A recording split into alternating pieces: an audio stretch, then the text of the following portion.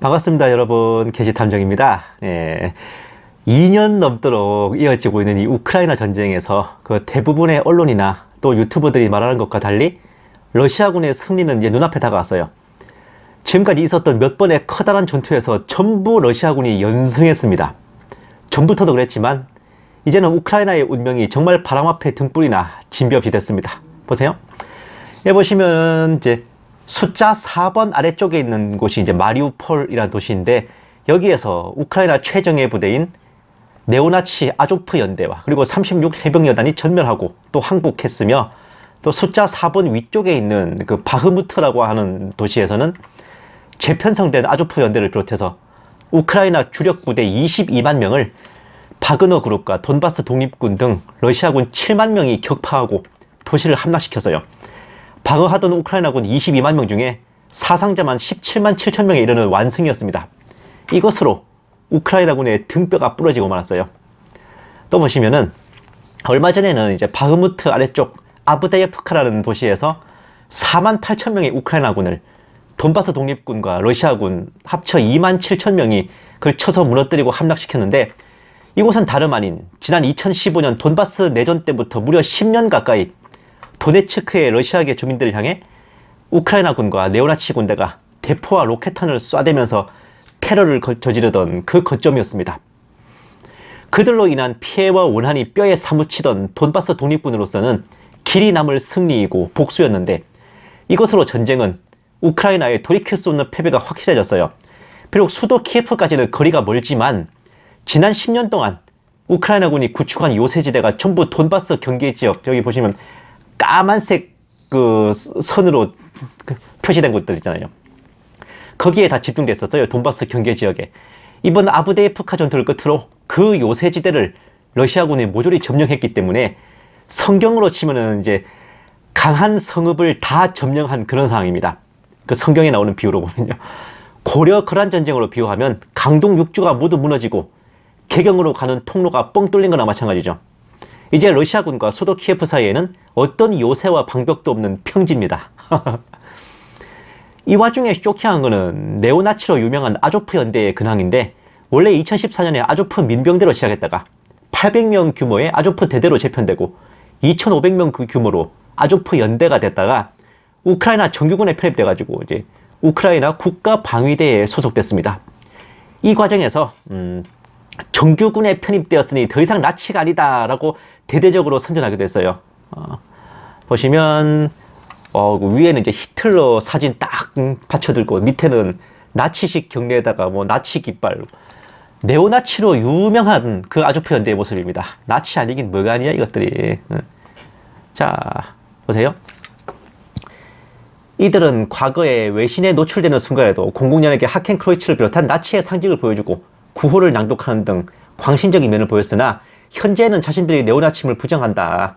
우리는 너희가 생각하는 네오나치가 아니다. 그리고 이제 초대 사령관 안드레이 빌레츠키 포함한 지도부는 극우 정당 국민군단 활동을 위해 아조프 연대를 나갔고, 많은 극성 나치 성향 대원들도 아조프 연대에서 쫓겨났다.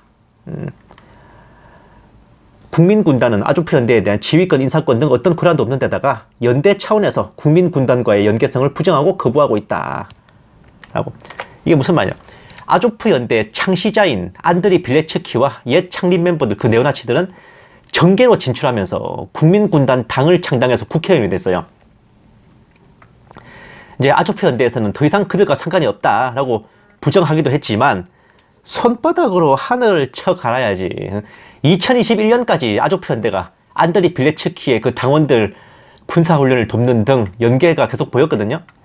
그럼에도 불구하고 공식적으로는 아조프 연대는 더 이상 안드리 빌레츠키 및 네오나치 인사들과 관련이 없다고 빠득빠득 우겼습니다. 그런데 이번 아브데예프카 전투 도중에 묘한 일이 있었으니 투입된 부대들 중 제3 아조프 돌격여단 여단장이 사령부로 보고한 문건이에요. 보시면은 2월 17일 오전 08시경 제3 아조프 돌격여단 여단장 안드리 빌레츠키. 자, 아조프 연대가 마리우폴 전투에서 한번 전멸을 한 뒤에 제3 아조프 돌격여단이라는 이름으로 재편성됐어요. 그게 바흐무트 전투에서 다시 전멸해서 재편성됐고, 클리시프카 안드레프카 전투에서 또다시 전멸해서 다시 재편성됐어. 이번 아부데이프카 전투에서도 대패하여서 손실을 입었습니다. 재편성이 필요할 정도로. 한마디로 한 3-4번 전멸하고 3-4번 재편성된 비운의 부대였어요. 그만큼 끌고 몰 나치들이 있다는 것도 신기할 지경입니다. 그런데 여단장 이름이 어디서 많이 들어본 듯한 양반입니다. 누구냐? 보세요. 초대 아조프 대대장, 초대 국민군단 당수 안드리 예브헤니오비치 빌레츠키. 바로 초대 아조프 대대장, 아조프 대대의 창시자인 안드리 빌레츠키, 바로 그 사람입니다. 자, 보세요. 혹시나 동명이인인가 싶어가지고, 왜 그 지역에는 하도 비슷한 이름들 많잖아. 확인해보니까 우크라이나 언론과의 인터뷰도 했습니다. 아조프의 창립자이자 전 인민대표인 안드리 빌레츠키, 그가 지난해 말 창설한 제3돌격여단은 빌레츠키 여단이라고도 말해. 우크라이나 언론과의 인터뷰에서 명확하게 아조프의 창립자, 전 국회의원, 제3아조프 돌격여단의 창설자라는 직함이 명시되어 있어요. 기사에 보시면은 아예 그 여단을 보고 빌레츠키 여단이라고도 하잖아요. 그럼 뭐야? 이 사람이 만들고 이 사람이 지휘하는 그 부대란 거 아니에요? 와, 지난 2년 동안 아조프 연대가 정규군에 편입되었으니 나치 아니다 라고 빠닥빠닥 우기더니 이게 뭡니까? 그 네오나치 두목이 다시 돌아가가지고 자기 부대를 재건해서 이끌고 전투까지 하고 있는데, 우크라이나 버전의 왕의 귀환 아니지 장군의 귀환입니까? 그보다도 대체 이놈의 우크라이나라는 나라는 대체 어떤 곳이길래 이렇게나 지독할 정도로 나치 물이 안 빠지는 건가 신기할 정도인데, 우크라이나가 근본부터 좀 불안한 나라였어요. 나치 독일과 손잡고 유대인 학살 및 소련으로부터의 독립운동을 벌였던 스테판 반데라의 무리들은 독일 패망 후에도 1950년대까지 소련과 전쟁을 벌였어요. 그 1차 우크라이나 전쟁 끝에 마침내 이 반데라 주의자들은 소련군에 토벌돼서 무너졌습니다. OUN이라 불렸던 나치 잔당 반데라 주의자들은 2차 대전 당시에 폴란드인들을 대상으로 한 볼린 대학살을 저지르고 소련군 포로들을 학살하는 등 만행을 저질렀는데, 스탈린에게 토벌당했다가 스탈린 이후에 흐루쇼프 때에, 국내에서는 흐루시초프라고 알려진 인물입니다. 흐루쇼프 때에 스탈린 시절 정치범들에 대한 대대적인 사면 복권의 행해짐에 따라 시베리아로 끌려간 조직원들이 사면돼서 돌아오고, 우크라이나 내에 있던 반데라 주의자들도 서서히 활동을 재개했던 거예요. 이것들이 이제 합법을 가장해서 조직을 재건할 목적으로 우크라이나 지역 소련 공산당에 대거 입당해서 조직을 장악합니다. 그리고 주요 직책들을 꿰어차요. 자녀들, 청년들은 그 공산당 청년 당원 교육 과정인 콤소몰에 입학시켜서 고급 교육을 받게 하는 등 그야말로 100년 대계를 구축했습니다.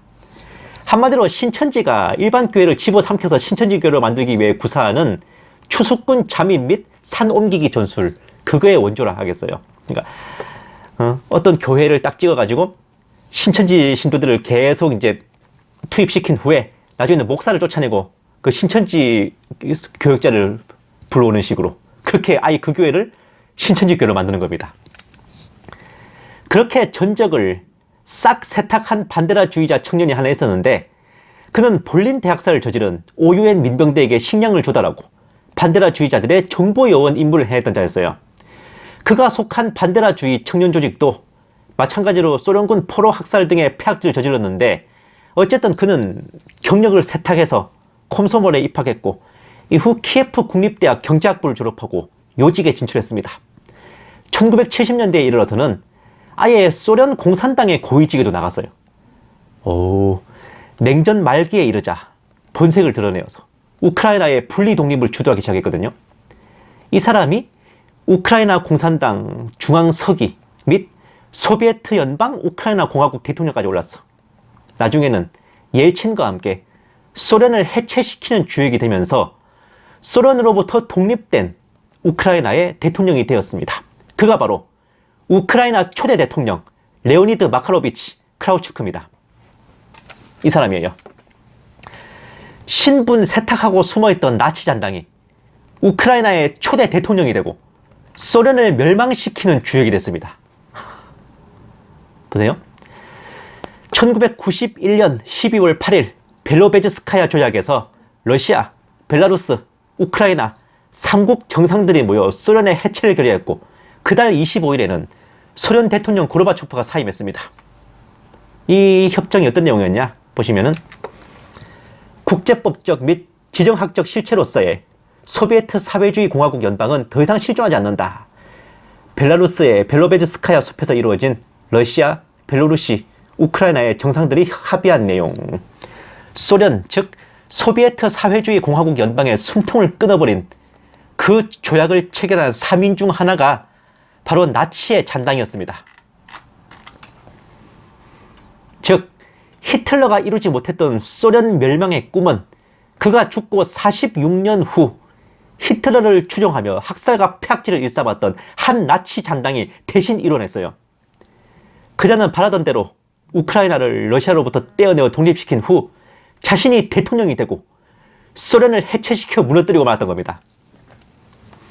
크라우추크는 반데라주의자들을 합법 조직으로 인정하고 국내 활동도 자유롭게 하도록 승인함으로써 지금의 나치 우크라이나의 기반을 만들었어요.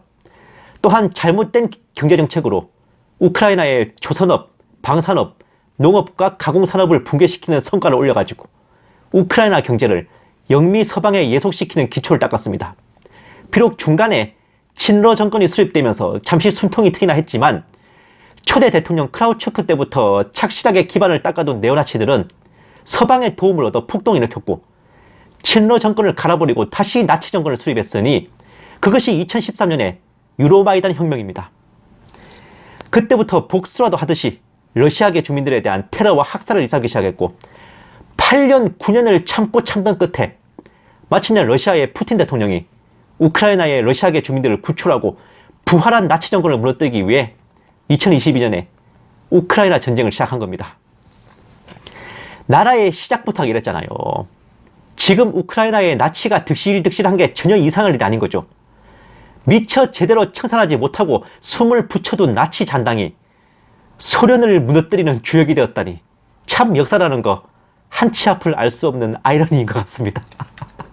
히틀러의 한이 좀 풀렸을라나? 그러니까 조질 때 확실하게 싹을 자르고 뿌리를 뽑아야 되는 겁니다. 애프터 서비스를 잘해야 돼요. 감사합니다. 게시탐정이었습니다.